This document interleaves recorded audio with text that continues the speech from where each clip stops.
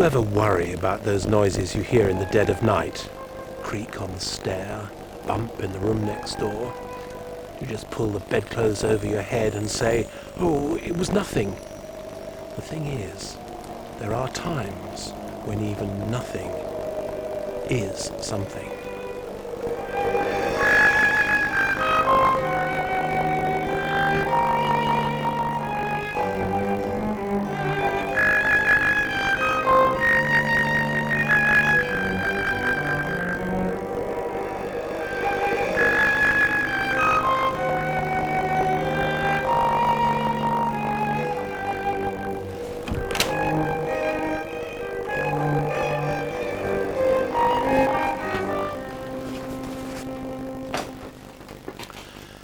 The moment you mention the word ghost, either you get a funny look as if to say, you don't really believe all that stuff, or the person you're speaking to suddenly wants to tell you about their own personal experience.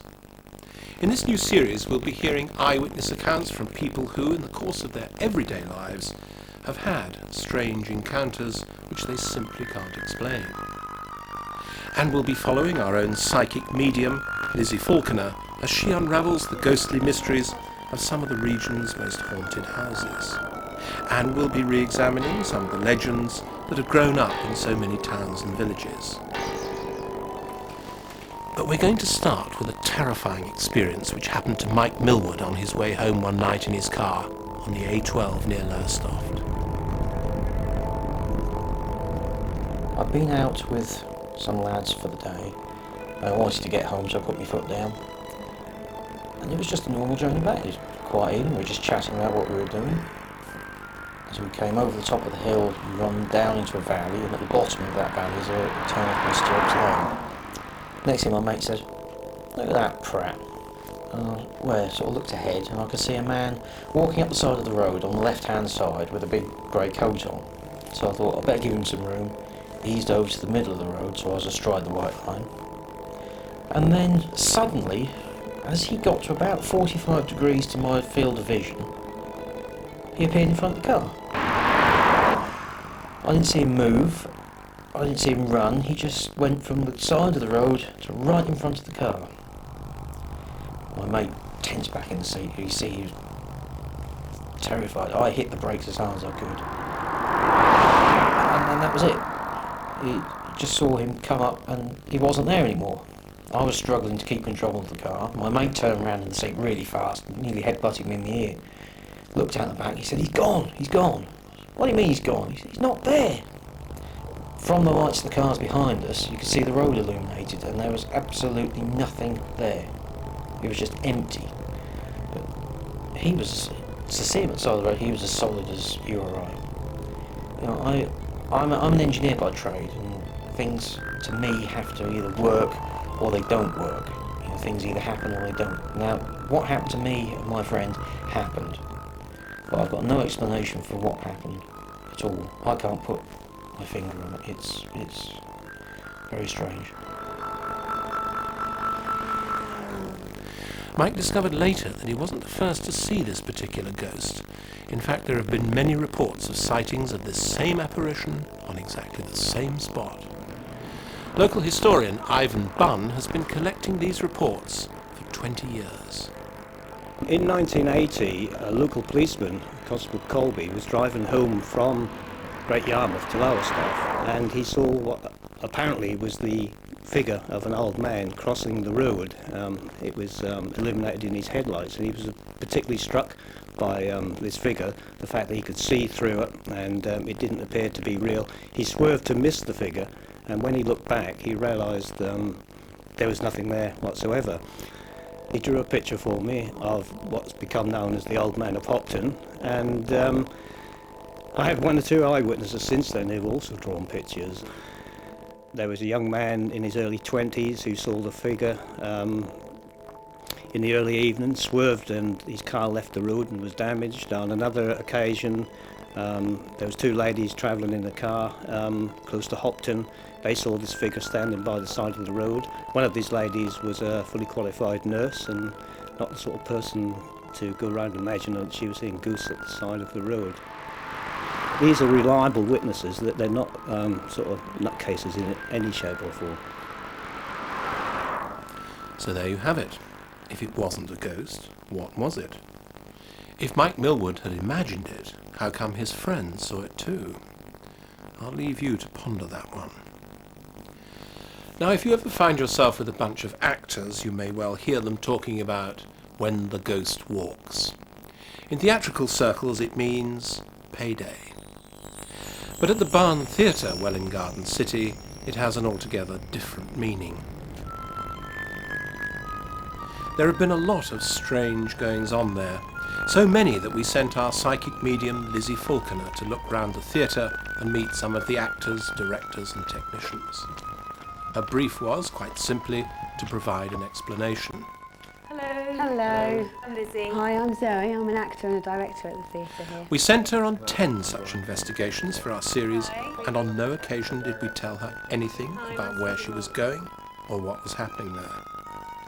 On the day, all she had was the power of her psychic sense. You have a story to tell, and I'd like you to tell me in a minute about your story, but I want to tell you what I'm picking up, and perhaps you can help me to confirm whether or not I'm picking up the same thing that you have done as well. What I feel as far as the spiritual side of things is concerned is I feel that this has nothing to do with the theatre whatsoever. I feel this is before it was a theatre.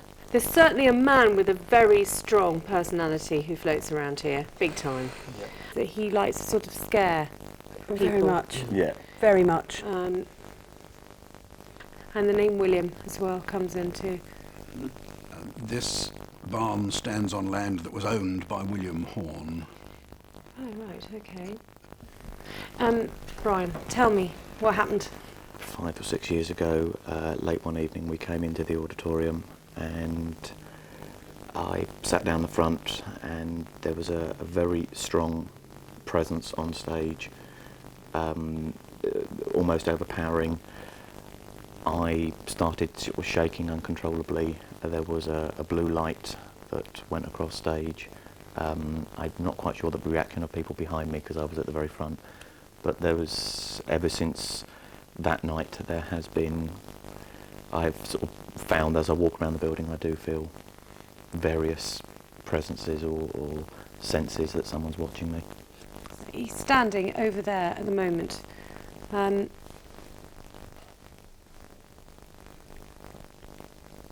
I'm drawn to religion, and I'm drawn to religion with a slightly sinister aspect to it.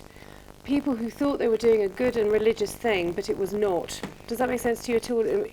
In Victorian times, there were prayer meetings held in the building. Right. But I don't know any more about it than that. I don't know which group held the meetings here. Right, okay.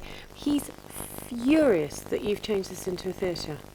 And what I've been getting ever since we came here was, will you get out? Get out of this building. This is my building. Get out. That's what I keep getting. All the time. Will you get out? And it's very, very forceful. He's trying to frighten you to get out. He succeeds quite often. Okay, thank you. Are we going up on the stage?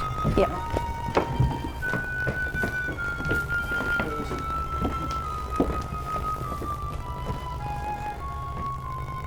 Right, so we're in the wings. Stage left. Stage left. Stage Right. left wing. So this is props corridor, or the backstage corridor, and it's quite a scary place at times. And someone stands at the end, is that right? That's correct. So when you come around here, you see somebody standing at the end. Yeah. I'm guessing. Or you come from the other direction and they're stood right in front of you. Yeah, but they're right there. Yeah. This is where he does the scary bit. This is very scary. What's happened before is that you've either walked into this corridor or walked down the stage right corridor, and there's been a sort of blue glow right at the end of the corridor. Right. And literally as you open the door, you're almost in it, sort of thing, and you walk straight through it. And it's cold? It's cold, and I've been known to run through that corridor quite quickly, Right. particularly if you're on your own. You move quite fast because it is quite intimidating, I think is the Yeah. word. Shall we move on towards the Yeah, green room then? let's go. Yeah.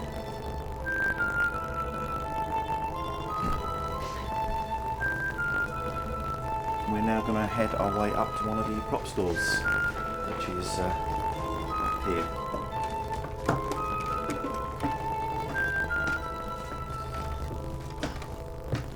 Wow, it's a little Aladdin's cave here, isn't it? It definitely is. There's all sorts of weird and wonderful stuff up here. There's a lot of people in the theatre won't even come up here. Some say it's because of, you know, just the general nature of what's up here. Other people say that there is a very strong presence and feeling. But you see, I keep going back to the same person. I feel again, you know, any opportunity to frighten somebody out of this building, that's what he's going to do. Yes. Okay. Okay.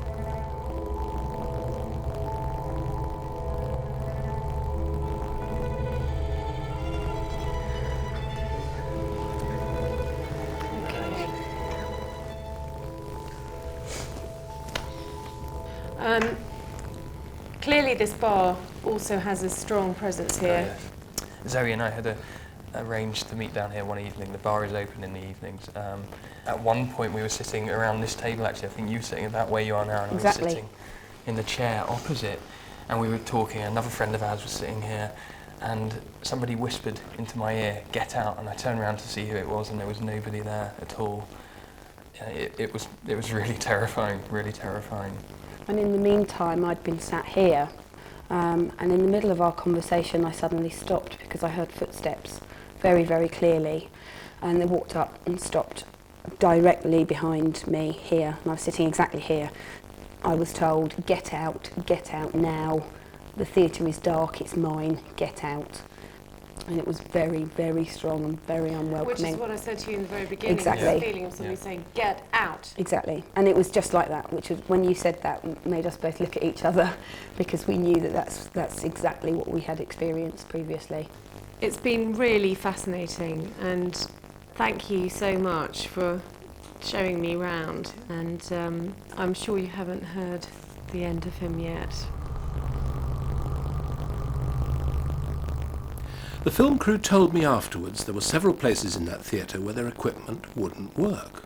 Step 2 paces to the left and all was well, 2 paces back again, problems. But they weren't near any other electrical cables. Worked that one out. We're going to take a short break now, but Lizzie is back in part 2 with a very grisly story. Don't go away.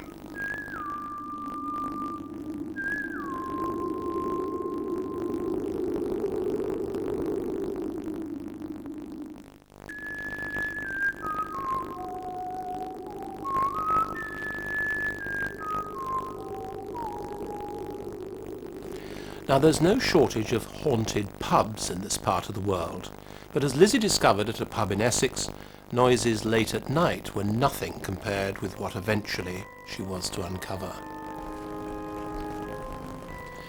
The Woolpack at Coggeshall is a listed Grade 1 timber frame building dating back to the 15th century.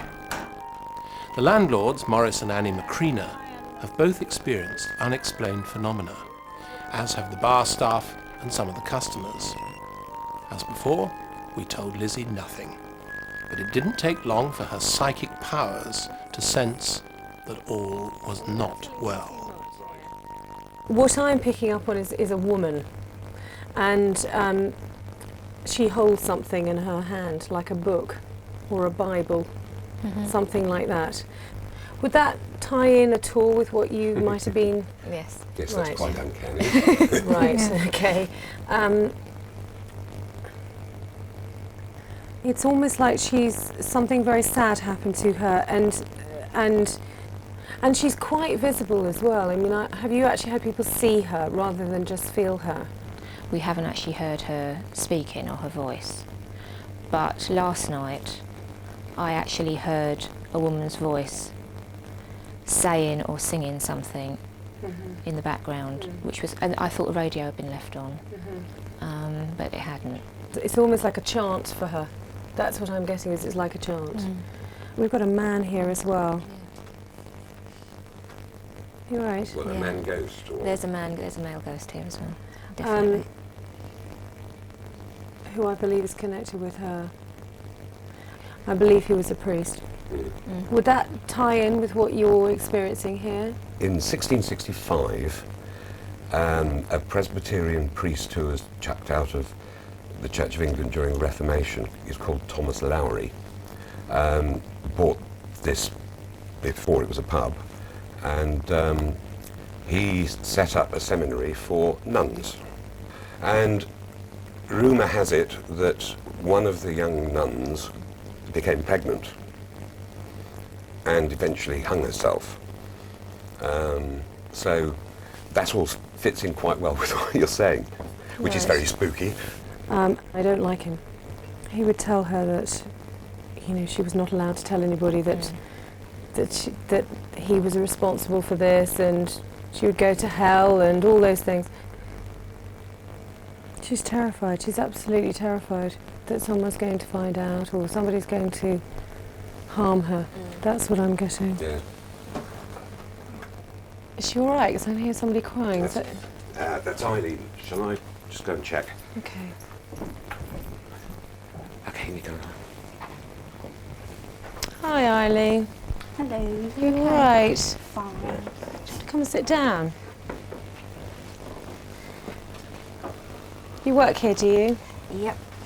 Okay. Tell me why you're upset. She's in a lot of pain, and he's made her life a living hell. Have you seen her? Yes, I've seen her so many times. Right, okay. But I never knew what the connection was between them. I knew she was sad about something. And tell me what you've seen. Him brushing up past me when I've been doing my hoovering or just tidying up the tables, but I always knew she was sad about something. Today it hit me really, really hard, and didn't like it. Yeah. I think for now we should leave what's going on here, but I do feel she moves up as well. So I think she goes up the stairs too, so I think we ought to go and have a look upstairs as well and see what's up there.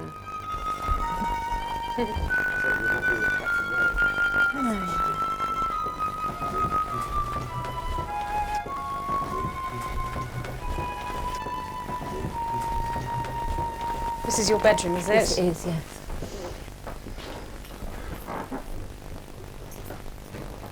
I feel this is where the whole thing took place. I just see an enormous amount of unpleasantness here. I see a man forcing a woman, and she's struggling. The stench of alcohol on his breath is unbearable. Well, rumour has it that she hung herself. It just says from A beam. one of the beams. Now, we don't know if it was in this room. Or there's or another. No, she wouldn't have hung herself in here. No. No, I think it happened down the other end, possibly even in the corridor. And I think we're looking at this sort of area here. I feel that the beam doesn't actually exist anymore, that she hung herself, but I do feel that you would have seen her coming up the stairs, you would have seen her hanging from this area here. Right. We need to go downstairs.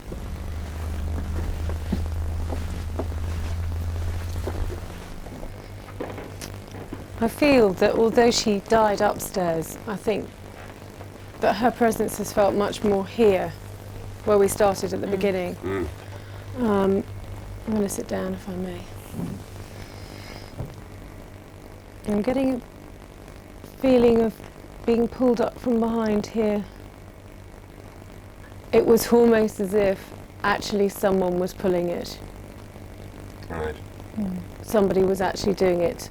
Somebody was there. Somebody was behind. actually doing it to her. Yeah. It I was don't him. think she actually committed suicide, although I think it was made to look like a suicide. He did it to cover up, didn't he? I think that's probably the case, yeah.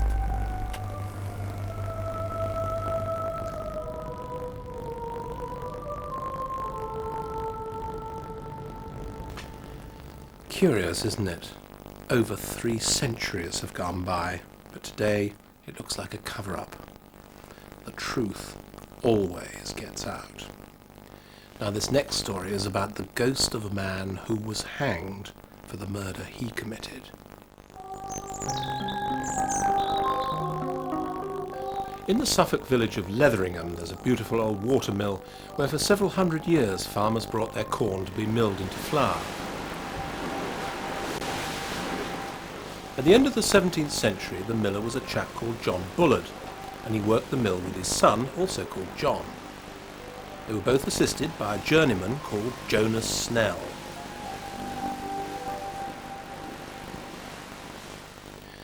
Nobody seems to know the whys and wherefores, but in February 1698, Snell murdered the Bullards with an axe and left them hanging from the sack hoist before running away from the mill.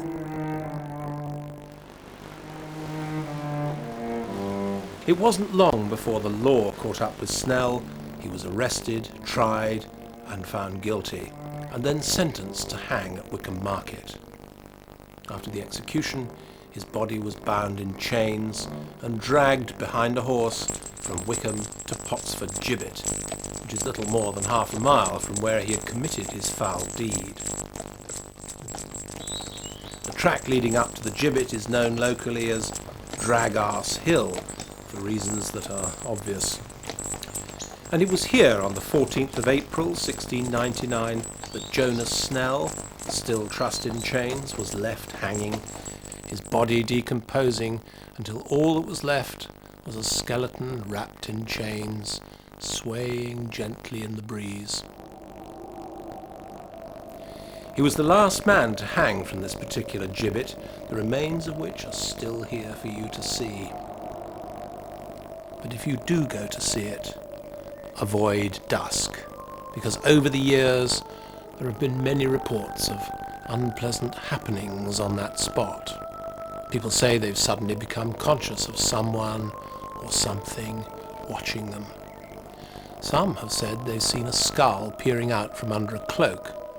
Others have felt the tap of a hand on their shoulder, but when they've turned round, there's no one there.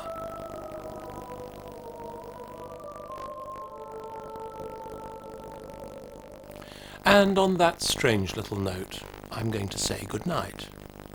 Next week, among other things, Lizzie goes to Treasure Holt, one of the most haunted houses in Essex. And we'll be hearing Angela Bailey's story of a piano which seemed to play with no one seated at it. So sleep well, if you can.